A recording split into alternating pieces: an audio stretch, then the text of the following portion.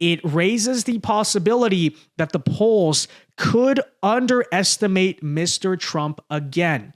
Guys, isn't that very interesting? All right, you guys, before we start here, I'm going to keep on plugging it. 6 p.m. Eastern time on election night. We will be live right here on YouTube, so make sure you're tuned in. Hit that subscribe button. Make sure your notification's on so that you don't miss it. Also, while you're at it, subscribing is the best way to ensure we can keep bringing you these videos, whatever happens on Tuesday, so make sure you hit that red button. And with that said, a couple of days ago in our video on early voting, I talked about how I largely have stopped paying attention to the polls. I don't care what they say at this point. All that's going to matter in this election is the votes going into those ballot boxes, which may make you beg the question, okay, if that's true, Vince, why are you today doing a video on the polls?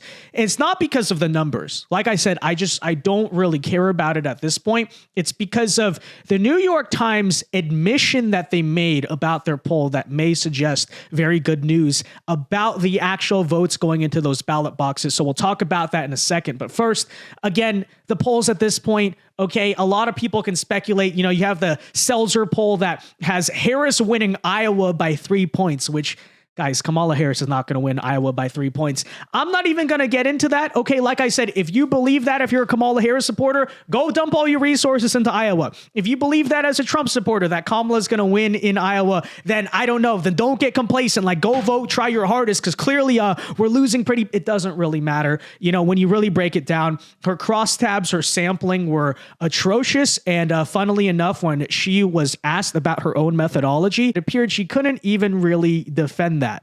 Right. Okay. So Noah, are you able to put up that tweet? Maybe it's up and I can't see it because it's up. It's up. All right. Ann, are you able to see that? Yes. Okay. Could you just go through and say what you think about those criticisms? Well, I'm trying. This is in a format that's a little difficult for me to see. What does this D represent and the R represent?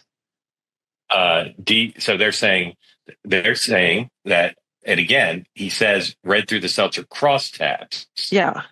So they're saying that they know that this poll shows, and again, it's they say your sample it's more 3% more Democrats than Republican, whereas the electorate last time was 8% more Republican. It says that you have Indies voting Democrat +4, whereas last time they voted for +7, +4. So they're saying if you compare what you have with what happened in 20, according to the exit polls, it's way too big a change across all these groups in a uniform way towards pro-Harris as opposed to Trump. Yeah.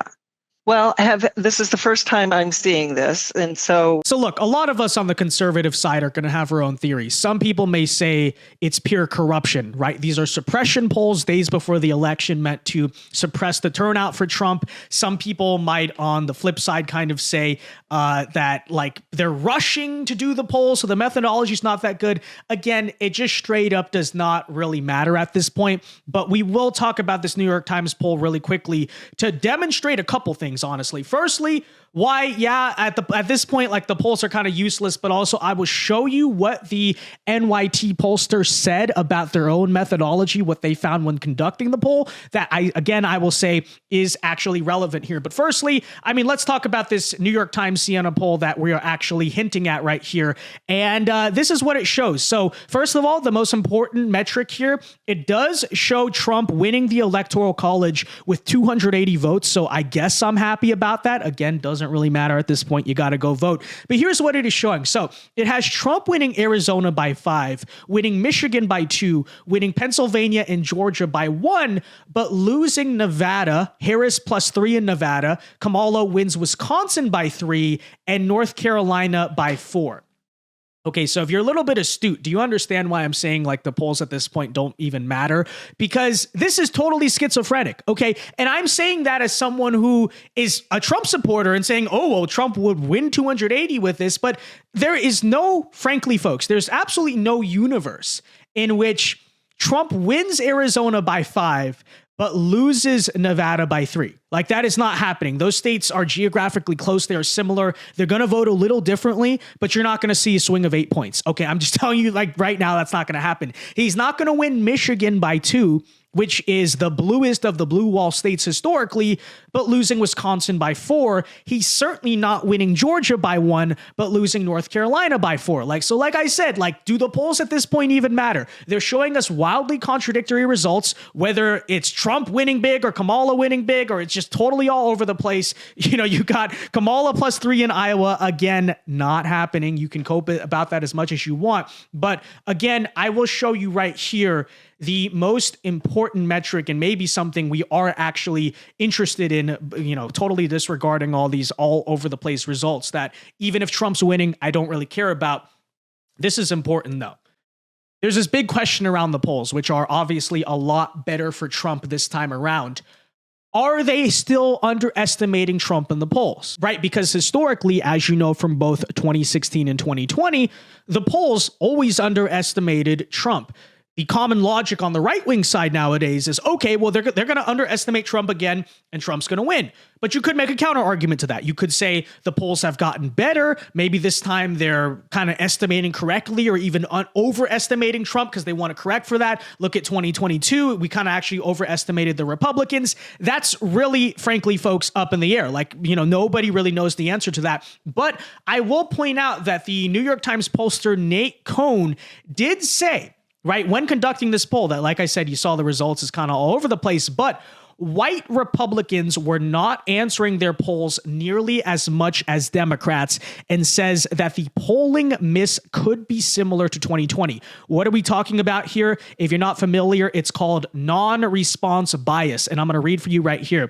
4 years ago, the polls were thought to underestimate Mr. Trump because of non-response bias, in which his supporters were less likely to take surveys than demographically similar Biden supporters, right? And so this, among maybe other reasons, but this really is the main reason historically that the polls have underestimated Trump. It's because of the so-called silent Trump voter, who is distrustful of people asking him or her, why are you voting? Who are you voting for? Maybe perhaps scared to admit that they are in support of President Trump. And the question, of course, has been, well, do those voters still exist? Now, I've long been of the thinking that they still do to some degree, but maybe not as much, right? Because I think on one hand, it's true. A lot of people who are voting Trump are still scared to say so. You still will face backlash. On the other hand, though, I feel like the cancel culture is not as bad as it used to be. A lot of people who support Trump nowadays are much more willing to be open about that, and I think you just see that. But this is very interesting. According to the New York Times pollster, especially in a state like Wisconsin, which I assume he's referring to here with the white Republicans, right? And, driftless areas, stuff like that. He was saying when conducting this poll, you're still facing that same non-response bias. He goes on to say, it's hard to measure non-response bias. After all, we couldn't reach these demographically similar voters. So, the historical issue, especially in a state like Wisconsin, which Kamala's been doing pretty well in the polling there, but demographically speaking, it's actually the most favorable Rust Belt state for Trump. Something I've been saying for a long time is it's a bad state for polling. Look at the demography. I actually think it's going to be right in line, if not better than Pennsylvania for us. But he says, one measure I track from time to time is the proportion of Democrats or Republicans who respond to a survey after considering other factors. Across these final polls, white Democrats were 16% likelier to respond than white Republicans. That's a large disparity than our earlier polls this year, and it's not much better than our final polls in 2020, even with the pandemic over. It raises the possibility that the polls could underestimate Mr. Trump again. Guys, isn't that very, very interesting? Right? Again, common wisdom, a theory I've been subscribing to is the polls are at the very least going to underestimate Trump by less, just because, not because the pollsters have necessarily gotten better. Maybe they have, maybe they want to save credibility, but more so because I think overall people are less scared in 2024 to say they were supporting Trump than back then. But still, right? Especially when you look at a state like Wisconsin, I think that's really what he's talking about here, driftless areas. The fact that they're not picking up the phone, the fact that they're just not really willing to answer these polls for whatever reason, they don't want to, they're distrustful, they're like, why are you calling me? Again, that could be a very, very good indicator for us that because common sense, guys, the polls right now basically tied, within the margin of error.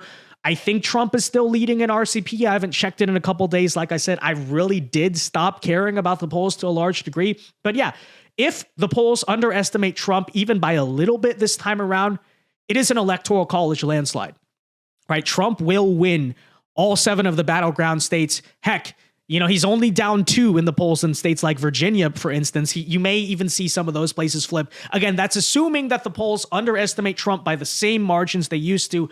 That's not necessarily true, but that could be an optimistic sign, again, going into Election Day, especially as they're throwing out all these last-minute polls saying, oh, Kamala has the momentum. Well, again, something to consider. Listen to what that New York Times guy had to say. But with that said, okay, the final plea, guys, is this. None of this matters if you don't go vote. It just doesn't, right? We can say the polls are going to underestimate Trump. Look at how many people are not responding to them. But if you don't respond at the ballot box, then the polls were pretty accurate, right?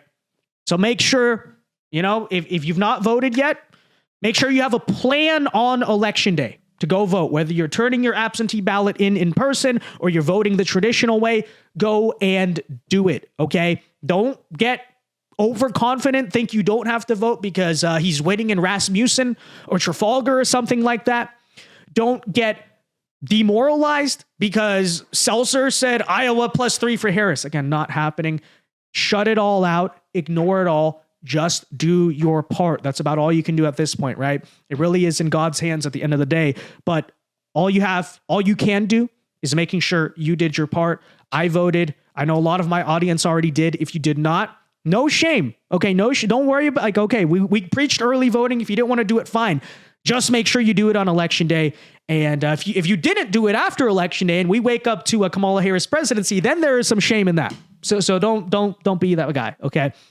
Go vote. Don't get complacent. All right. With that said, ladies and gentlemen, again, we will be live election night, 6 p.m. Eastern time. Be sure to join us. The studio will be done by then. Okay. We're probably going to change the backdrop, do a couple more things, but it's going to be good. It's going to be good. You're not going to want to miss it. Skip the corporate media. Okay. As Cenk Uygur always, the corporate media. No, but it's true. He's right about that. Skip Fox, skip CNN, all those places, all the coverage you're going to need is right here. Be sure to leave a like on this video, subscribe, join us on election night. Until next time, God bless and peace.